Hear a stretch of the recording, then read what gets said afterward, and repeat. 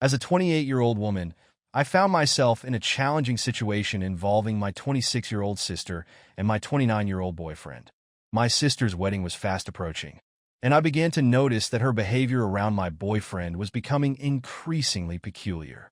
Initially, it wasn't anything overt, just small, subtle actions that left me feeling uneasy. Before we dive deeper into today's story, I just want to take a quick moment to ask for your support. I would love for you to be part of this journey. Every new subscriber helps me keep sharing stories that inspire and touch your day. If you enjoy what you're watching, please hit that subscribe button. It truly means the world to me. Thank you so much for being here. It began with seemingly innocent comments where my sister would often say things like, "Wow, you're so funny," in response to my boyfriend's jokes, even when they were not particularly amusing. She laughed a bit too enthusiastically at everything he said. At first, I tried to dismiss it, thinking that perhaps she was just being overly friendly due to the excitement surrounding the upcoming wedding. However, as time passed, I began to notice more troubling signs. She started to find excuses to touch him casually, like placing a hand on his arm during a conversation or lightly bumping into him as she walked past. These gestures were subtle, yet unmistakable. I also observed her eyes lingering on him a bit too long when he wasn't looking, which made my stomach churn with discomfort.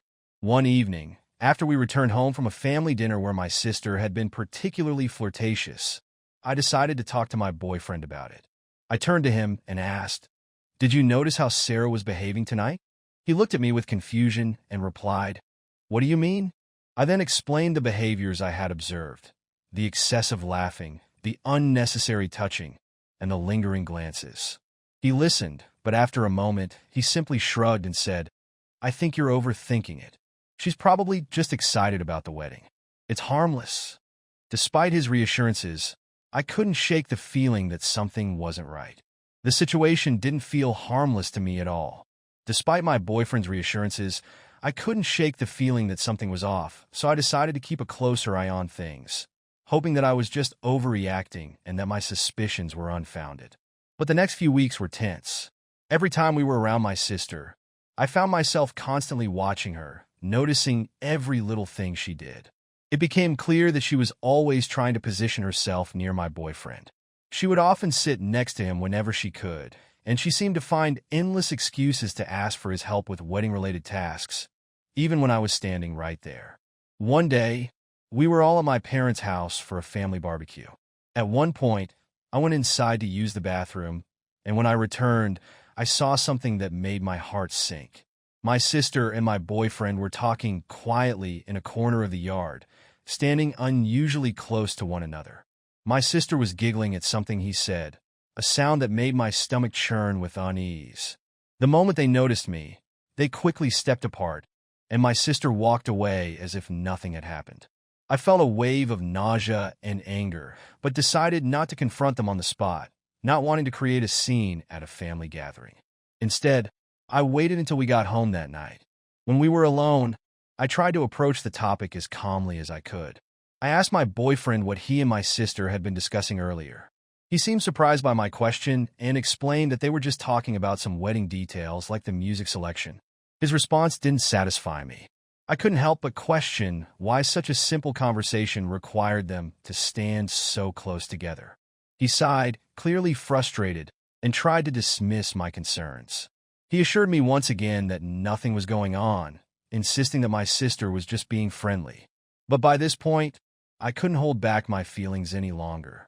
I expressed my frustration, pointing out that my sister was practically throwing herself at him, and he wasn't doing anything to stop it.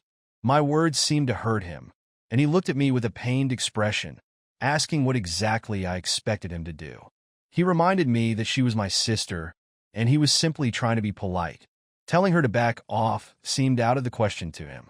I told him that he could at least set some boundaries, making it clear that he wasn't interested in anything more than a friendly relationship. But he insisted that he wasn't interested in her at all, claiming there was nothing to clarify because I was seeing problems that didn't exist. Our conversation went in circles, with neither of us willing to see the other's point of view, leaving us both frustrated and unsure of what to do next. After arguing for a while, without any resolution, It became clear that our conversation was going nowhere.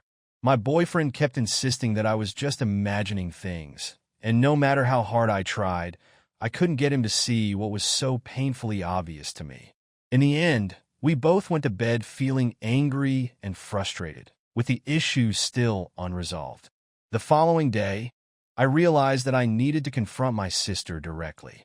It was clear that avoiding the issue was only making things worse, so I decided to call her and ask if we could meet up for coffee. She readily agreed, her voice cheerful and seemingly unaware of my growing concerns. We arranged to meet at a small cafe near her apartment. When we met, I was nervous, my hands trembling slightly as I stirred my coffee. My sister, on the other hand, was in high spirits, chatting enthusiastically about her wedding plans.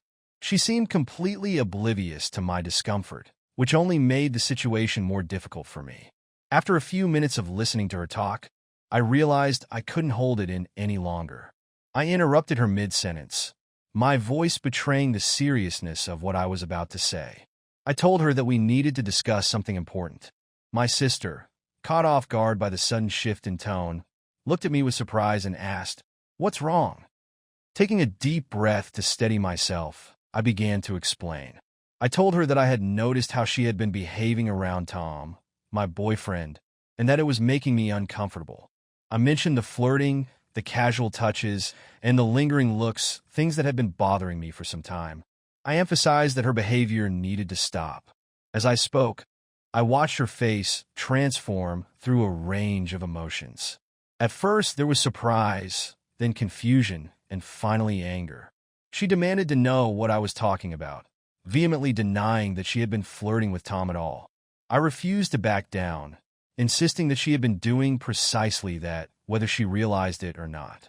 I explained that her actions were not only inappropriate, but were also causing me a great deal of distress. She responded with a laugh, though it was far from a genuine one. She told me I was being ridiculous, dismissing my concerns by saying that Tom was practically family and that she was just being friendly. However, her words did little to ease the tension between us, and I could tell that this conversation had struck a nerve. As I sat there, it became clear that this was not going to be an easy issue to resolve, and the rift between us was likely only going to deepen. I couldn't hold back any longer and express my frustrations, pointing out that it was more than just friendliness. I explained that she was constantly finding excuses to be near my boyfriend, to touch him, and to laugh at all his jokes, even the ones that weren't particularly funny to me. It was clear what she was doing, and it was making me increasingly uncomfortable. As I spoke, I could see her face turn red with anger and disbelief. She was shocked by my accusations, especially since they came so close to her wedding. She responded with a sharp retort, questioning my confidence and suggesting that I must be deeply insecure about accusing her of such behavior. Her words stung, but I knew I had to stand my ground. I tried to explain that my concerns weren't about insecurity, but rather about respect. I told her she was crossing a line that shouldn't be crossed, and that her behavior needed to stop immediately. Suddenly, she stood up, her chair scraping loudly against the floor, signaling the end of our conversation. She declared that she wasn't going to sit there and listen to what she considered paranoid and ridiculous accusations. She made it clear that if I couldn't trust my own sister, then that was my problem, not hers. With that, she stormed out of the cafe, leaving me alone with a swirl of emotions. I felt awful and began to question myself. Had I overreacted? Was I really just being paranoid? When I returned home, my boyfriend immediately noticed that something was wrong. He asked me what had happened, and I recounted the conversation I had just had with my sister. As I shared the details, I could see the concern growing on his face.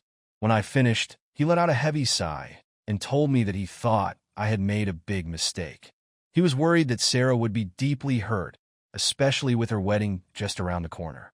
Feeling defensive, I asked him if he was taking her side. He quickly reassured me that he wasn't taking sides, but he expressed his doubts that Sarah had been flirting with him. Even if she had been, which he found unlikely, he believed that confronting her in such a direct way was not the best approach to handling the situation. His words left me feeling even more conflicted, unsure of whether I had done the right thing or not.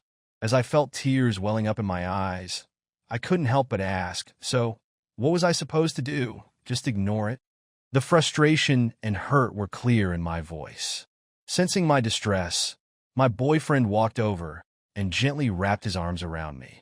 He suggested that perhaps I could have handled things differently, that maybe I could have talked to him more about it first or approached Sarah in a less confrontational way. He expressed concern that now, with the way things had unfolded, Sarah was likely upset with both of us, and that this could cast a shadow over her upcoming wedding, making everything feel incredibly awkward.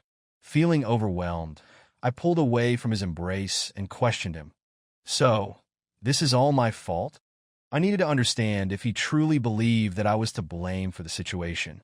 He sighed deeply, clearly struggling to find the right words, and explained that he didn't mean to place the blame solely on me. However, he did think that I might have overreacted, letting my emotions get the better of me. We continued to argue for a while, but it became evident that we were not going to resolve. There was a clear disconnect in our perspectives, and neither of us seemed willing to fully understand the other's point of view.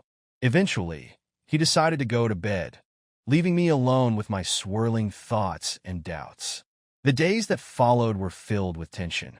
My sister had stopped speaking to me entirely, creating a painful distance between us.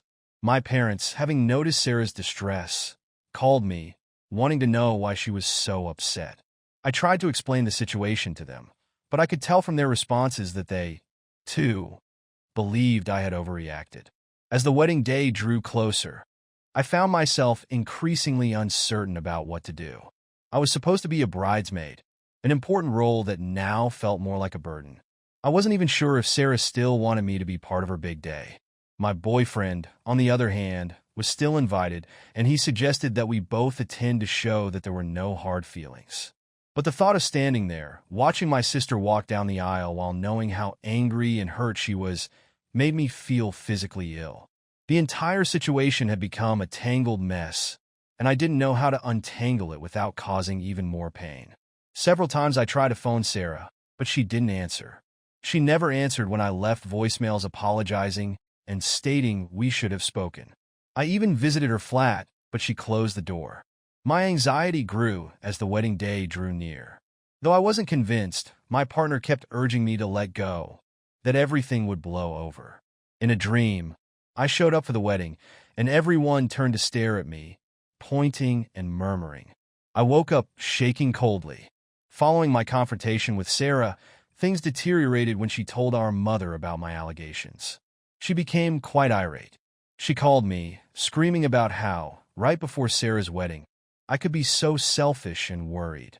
She shouted, "How could you accuse your own sister of such a thing?" She wouldn't listen as I tried to explain my perspective. She advised me to straighten this problem right away and apologize to Sarah. The stress on our family was intolerable.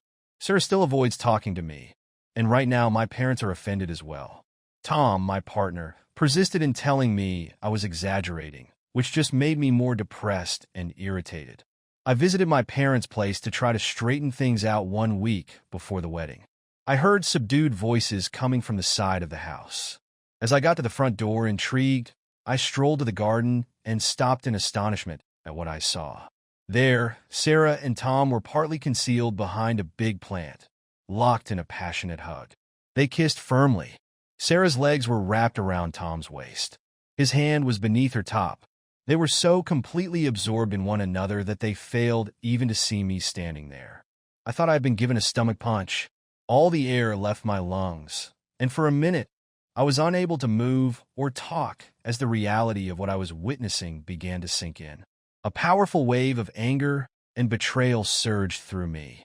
My emotions overtook me, and I found myself screaming, "What the hell is this?" My voice trembled thick with the intensity of what I was feeling. The reaction from both of them was immediate. My sister and my boyfriend were in shock, their guilty expressions betraying them completely. Sarah's face drained of color, turning pale as she realized she had been caught, while Tom fumbled to find the right words, stammering, "It's not what it looks like." But it was exactly what it looked like, confirming every fear and suspicion that had been gnawing at me. Tears began streaming down my face as I choked out. How could you? My sister and my boyfriend? The pain in my voice was unmistakable.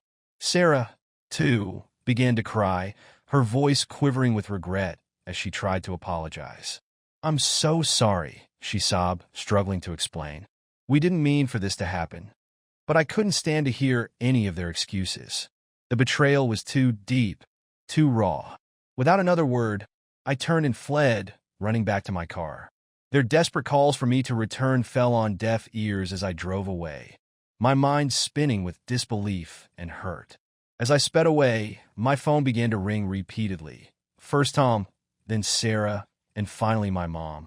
I couldn't bring myself to answer any of them. The pain was too fresh, too overwhelming. When I finally arrived home, I felt numb. I immediately packed a bag with some clothes and the essentials I would need for a few days. I couldn't stay here, not after what had just happened. I sent Tom a final text message, simply stating, "We're done. Don't try to contact me again." Then I turned off my phone, cutting off any further communication, and left. Now I'm writing this from a hotel room in a nearby city, unsure of what my next step should be. With the wedding just a few days away, I know there is no way I can attend. My relationship is shattered, and the bond one once shared with my sister may be irreparably damaged by this betrayal. It feels as though my entire world has been turned upside down. Everyone made me feel like I was crazy for suspecting something was wrong, but in the end, I was right all along. The pain of that realization is almost too much to bear, and I find myself questioning how I will ever be able to trust anyone again after this. So, Reddit, any advice on how to move forward from here would be appreciated. After the devastating shock of discovering my sister Sarah with my now ex-boyfriend Tom, I spent several days in a fog, struggling to process what had happened. My phone was constantly buzzing with messages and missed calls from both of them, as well as from my parents, but I just couldn't bring myself to respond. I was too overwhelmed, too hurt. Eventually, though, I came to see that Mark, Sarah's fiancé, was one person who needed to know the truth. With a heavy heart, I made the difficult decision to call him. When Mark answered, I could hear the confusion in his voice. He asked what was going on, mentioning that Sarah had been in a terrible state, saying that I had disappeared and wasn't responding to anyone. Taking a deep breath, I began to explain everything to him. I told him about the suspicions I had initially had, how everyone, including Tom and Sarah, had brushed off my concerns, and then I described in detail the scene I had witnessed in my parents' garden. Mark listened quietly, not interrupting, only occasionally making a small noise to let me know he was still there, absorbing everything I was saying. When I finally finished, there was a long, heavy silence on the other end of the line. Then, in a controlled, measured voice, Mark simply thanked me for telling him, adding that he needed some time to process this information. With that, he ended the call. Afterward, I sat there, staring blankly at my phone, wondering what Mark would do now that he knew the truth. As the wedding day approached, I heard nothing further from him or the rest of my family. Sarah had ceased trying to contact me, and I began to suspect that she had somehow managed to convince Mark to forgive her. The thought that she might actually escape the consequences of her actions, that she could go on to have her fairy tale wedding while my life was in shambles, made me feel physically ill. I realized that there was no way I could attend the wedding. The idea of watching Sarah walk down the aisle, knowing what she had done, was too much to bear. Instead, I decided to spend that day alone, focusing on how to rebuild my life in the wake of such a profound betrayal. On the evening of the wedding, I received an unexpected call from my cousin Emma. There was an unmistakable tone of excitement and urgency in her hushed voice as she said, "Oh my God, you won't believe what just happened." Confused and intrigued, I asked her what she meant. Without hesitation, Emma dove into her story, recounting the events that had unfolded. She explained that everything had seemed normal at first.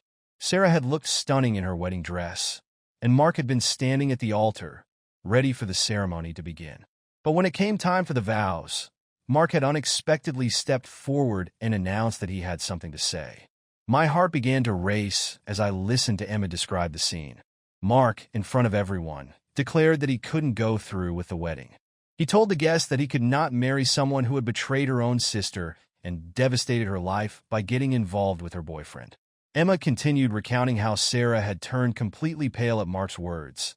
Then, to everyone's shock, Mark turned to my parents and apologized, telling them that they needed to know the real reason why I had distanced myself from the family. Emma went on to say that Sarah had started crying. My parents had been left startled and perplexed, and the guests had started whispering among themselves in an attempt to make sense of things. Mark had then walked out of the church, leaving Sarah sobbing alone at the altar. It was like something out of a movie, Emma told me, her voice still tinged with disbelief. Everyone's in shock. Your parents are trying to get the full story from Sarah, but she's an emotional wreck. As I sat there, absorbing everything Emma had just told me, I felt a mix of emotions. On one hand, there was a sense of vindication, knowing that the truth had finally been revealed. But on the other hand, I couldn't help but feel a deep sadness for the pain and turmoil this had brought upon my family. Emma, sensing my silence, gently asked, "Are you okay?" "I'm not sure," I said truthfully. I never wanted it to wrap like this. After a little more conversation with Emma, I hung up and sat silently, attempting to sort things through. At what cost? The truth was out. My friendship with Sarah broke. My relationship with Tom ended, and now my whole family was in crisis. I came to see that although the truth was now clear-cut, it did not instantly correct everything. Healing and regaining trust still lay a long road ahead, but I felt a little relief for the first time since this entire ordeal started. At least now, I could begin to advance, free from the weight of silent facts dragging me back. Regarding what's next, I'm not sure, though I know I will eventually have to face my family. Right now, I am living one day at a time. If nothing else, this encounter has shown me the value of following my gut feeling and defending myself, even in front of people who question me. To all who helped me through my journey, thank you. Your words of encouragement have more value than you could possibly know. And to others in the same circumstances, keep in mind, rely on your gut feeling and resist being gaslighted into disbelieving your own impressions by anyone. Thank you for joining me on this raw and transformative journey, a tale of betrayal, heartbreak, and the undeniable strength that comes from trusting your instincts. From the depths of painful realizations to the first steps toward healing and reclaiming my self-worth, this story reminds us that honoring our inner voice is essential, even when those closest to us try to silence it. No matter how difficult the truth may be, standing firm in your convictions can light the path toward a brighter, more authentic future. If this story touched your heart, please like, share, and subscribe for more real and heartfelt stories. Let me know in the comments what you'd like to hear next. And until then, remember, your feelings are valid, and you deserve to be true to yourself.